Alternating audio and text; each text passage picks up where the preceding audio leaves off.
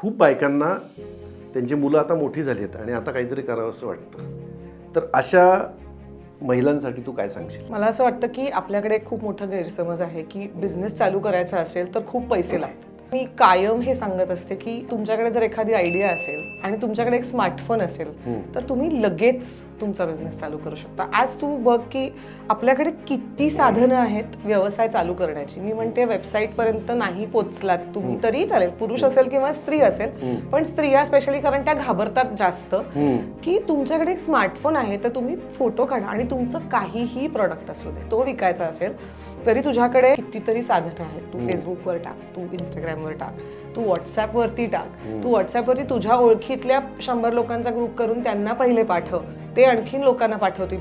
तर मला वाटतं की कुणीही घाबरण्याचं कारण नाही की मी चालू कसं करू.